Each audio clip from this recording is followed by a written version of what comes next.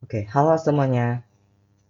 Perkenalkan, nama saya Reski Erapelani. Saya berkuliah di Institut Teknologi Baharudin Yusuf Habibie dengan major Computer Science.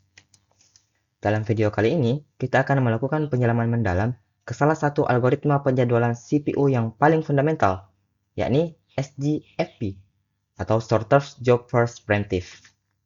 Kita akan mengupas tuntas mulai dari definisi dasarnya, mekanisme cara kerjanya, kelebihan dan kekurangannya, hingga puncaknya, kita akan mengerjakan sebuah studi kasus dari awal sampai akhir.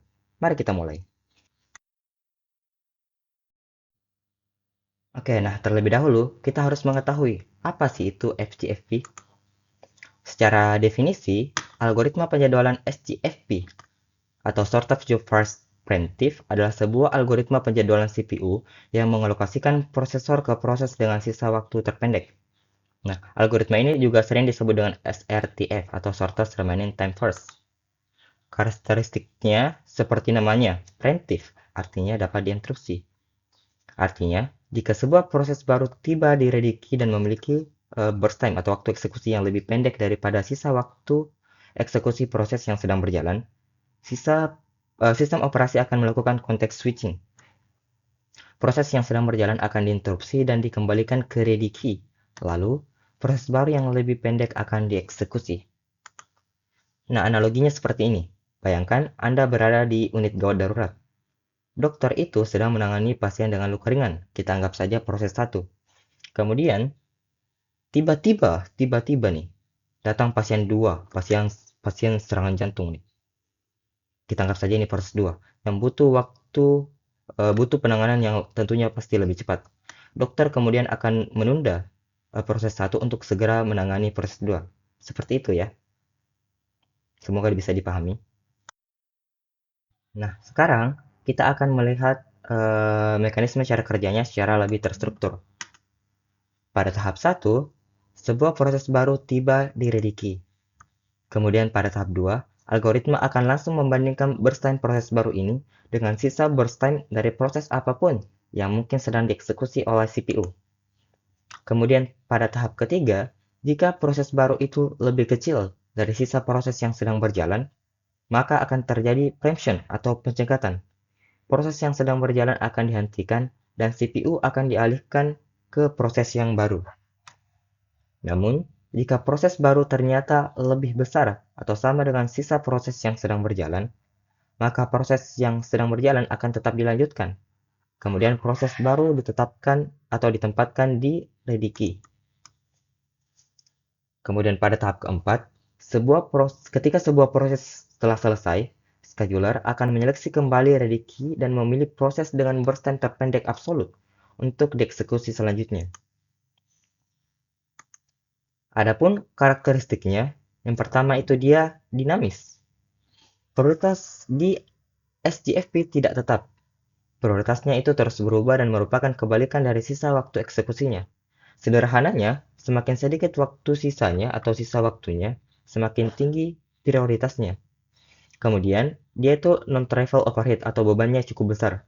Karena algoritma ini sering melakukan preemption atau pencegatan, ini menyebabkan konteks switching yang sangat tinggi.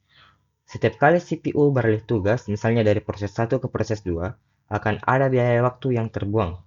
Jika proses ini terlalu sering, CPU akan sibuk beralih bukannya bekerja. Inilah yang disebut sebagai overheat. Untuk memperjelas konsep preemption ini, mari kita lihat ilustrasi visual singkat berikut ini. Nah, misal nih, pada time frame 0, proses 1 dengan burst time 8 masuk ke CPU dan mulai dieksekusi. P1 itu terus berjalan selama 2 detik. Tiba-tiba pada time frame 2, proses 2 tiba di rediki dengan burst time 4. Nah, sistem akan membandingkan. Sisa proses 1 adalah 6, dan burst time pada proses 2 adalah 4. Karena 4 itu lebih kecil daripada 6, tentu saja, maka akan terjadi preemption di sini. Proses 1 akan dihentikan dan dikembalikan ke rediki dengan sisa waktu 6. Sementara proses 2 akan segera mengambil alih CPU. Seperti ini. Semoga ini jelas ya teman-teman. Nah, tentu saja, algoritma ini memiliki beberapa keunggulan yang signifikan.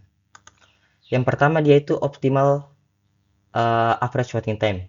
Keunggulan utamanya adalah algoritma ini terbukti secara matematis menghasilkan average waiting time yang paling minimal di antara semua algoritma penjadwalan yang ada. Kemudian, high throughput. Dengan memprioritaskan pekerjaan-pekerjaan yang pendek, throughput atau jumlah proses yang selesai per unit waktu itu cenderung meningkat. Dan yang ketiga itu dia sangat responsif. Proses-proses kecil mendapatkan layanan yang sangat cepat, membuat sistem terasa lebih responsif. Seperti itu. Namun, tidak ada yang sempurna. Algoritma SGF juga memiliki kelemahan. Kelemahan terbesarnya adalah resiko starvation. Proses dengan long burst time atau waktu eksekusi yang sangat panjang, berisiko tidak akan pernah dieksekusi jika proses-proses pendek itu tertiba di dalam antrian. Kemudian, problem prediksi burst time. Dalam sistem nyata, sangat sulit untuk mengetahui burst time sebuah proses sebelum proses itu dieksekusi. Algoritma ini bergantung pada estimasi, dan jika estimasinya itu salah, kinerjanya tidak akan optimal. Kemudian tingginya konteks switching overhead. Seperti yang kita bahas sebelumnya, sifat preemptif yang agresif itu menyebabkan CPU membuang waktu untuk beralih antar proses alih-alih mengerjakan proses komputasi yang sebenarnya. Oke, baik. Sekarang kita masuk kepada bagian inti dari video ini, yakni studi kasus dan pengerjaan soal. Nah, sekarang kita memiliki 5 proses, mulai dari P1 hingga P5, dengan arrival time dan burst time yang berbeda-beda. Nah, tugas kita di sini adalah menghitung completion time-nya, turnaround time-nya, waiting time-nya, serta rata-ratanya menggunakan SGFP. Kita akan membangun Gantt chart-nya langkah demi langkah. Perhatikan timeline di bagian bawah berikut ini. Nah, pada time frame 0, hanya P1 yang ada di dalam antrian dengan burst time 7. CPU mengambil proses 1 dan mulai mengeksekusi. P1 kemudian berjalan selama 2 detik sampai time frame 2. Di time frame 2, P2 tiba. Nah, sekarang kita bandingkan.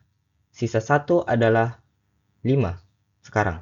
Dan burst time 2 adalah burst time dari proses 2 adalah 4. Karena 4 itu lebih kecil daripada 5, maka akan terjadi preemption. P2 kemudian akan mengambil alih CPU dan berjalan selama 2 detik sampai pada time frame 4. Di timeline 4, P3 tiba dengan burst time 1. Nah, di sini kita membandingkan lagi nih. Sisa proses 2 adalah 2 sekarang. Kemudian burst time 3 itu 1. Nah, karena 1 itu lebih kecil daripada 2, maka terjadi preemption lagi. Nah, kemudian proses 3 mengambil alih. Proses 3 itu selesainya itu sangat cepat di sini. Yaitu hanya butuh 1 detik dan selesai di timeline kelima. Di timeline kelima, proses 4 juga tiba sekarang. Sekarang ready kita ini berisi proses 1 dengan sisa 5, proses 2 dengan sisa 2, dan proses 4 dengan sisa 4. Scheduler kemudian memilih yang paling pendek, yaitu sisa proses 2 dengan burst time 2. Proses 2 melanjutkan eksekusinya dan selesai di timeline 7. Di timeline 7, proses 5 tiba dengan burst time 2. Ready kita sekarang berisi proses 1, proses 2, proses 4, dan juga proses 5 dengan burst time 2. Scheduler kemudian memilih yang terpendek, yaitu proses 5 dengan burst time 2. Oke. P5 kemudian dieksekusi dan selesai di time frame 9. Nah, di time frame 9, ready kita tersisa proses 1 dan proses 4. Nah, yang terpendek adalah proses 4 dengan burst time-nya itu 4, sedangkan proses 1 itu masih 5. Proses 4 kemudian akan dieksekusi dan selesai di timeline ke-13. Nah, akhirnya di timeline ke-13, ready hanya bersisa atau terisi atau tersisa proses 1, dan kemudian akan melanjutkan eksekusi proses 1 sampai di time frame dan berakhir di time frame 18 di sini. Nah, sekarang gencetnya sudah lengkap ya teman-teman.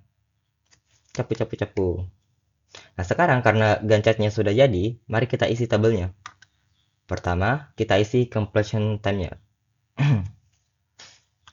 Kita lihat proses 1 itu selesai di time frame 18, proses 2 selesai di time frame 7, kemudian proses 3 selesai di time frame 5, proses 4 selesai di time frame 13, dan proses 5 selesai pada time frame ke-9. Kemudian karena kolom completion time-nya sudah selesai, sekarang kita hitung turnaround time-nya. Nah, rumusnya adalah completion time dikurang dengan arrival time. Sekarang kita hitung 0 dikurang 18 sama dengan 18, 2 dikurang 7 sama dengan 5, 4 dikurang 5 sama dengan 1, 5 dikurang 13 sama dengan 8, 7 dikurang 9 sama dengan 2. Oke, sekarang turnaround time-nya sudah selesai. Sekarang dilanjutkan dengan waiting time-nya. Rumus waiting time-nya itu seperti ini. Turnaround time-nya dikurang dengan burst time. Sekarang kita hitung lagi 18 dikurang 7 18 dikurang 7 sama dengan 11, 7 dikurang 2 sama dengan 7 dikurang 4 sama dengan 5 dikurang 4 sama dengan 1, kemudian 1 dikurang 1 itu sama dengan 0, 8 dikurang 4 sama dengan 4, dan 2 dikurang 2 sama dengan 0. Setelah selesai, kita hitung totalnya. Total turnaround time-nya itu 34 dan waiting time-nya itu 16. Dari sini kita bisa menghitung nih rata-ratanya. Caranya adalah untuk TAT ya. Untuk TAT terlebih dahulu, rumusnya adalah total TAT dibagi dengan jumlah proses. Nah, jumlah prosesnya di sini ada 5 proses ya. Jadi 34 dibagi 5 itu hasilnya 6,8. Selanjutnya, untuk waiting time-nya sama, total waiting time dibagi dengan jumlah proses. Hasilnya itu 3,2. Oke, dan selesailah perhitungan studi kasus kita ya teman-teman. Dan sebagai kesimpulannya, kita telah melihat bahwa algoritma SGF atau SRTF adalah tools atau alat yang sangat powerful dan efisien untuk meminimalkan waktu tunggu rata-rata dalam sebuah sistem. Kita juga telah membuktikan keunggulannya melalui studi kasus, di mana kita mendapatkan waiting time yang sangat rendah, yaitu 3,2. Namun, kita harus selalu ingat trade-off-nya atau pertukarannya, yaitu resiko starvation dan proses besar pada proses besar dan overheat dari konteks switching. Oke, video ini dibuat untuk memenuhi tugas mata kuliah sistem operasi ya. Jadi video ini saya buat untuk memenuhi tugas sistem operasi. Nama saya Rizky Arafalani. Terima kasih telah menonton, semoga bermanfaat. Bye bye.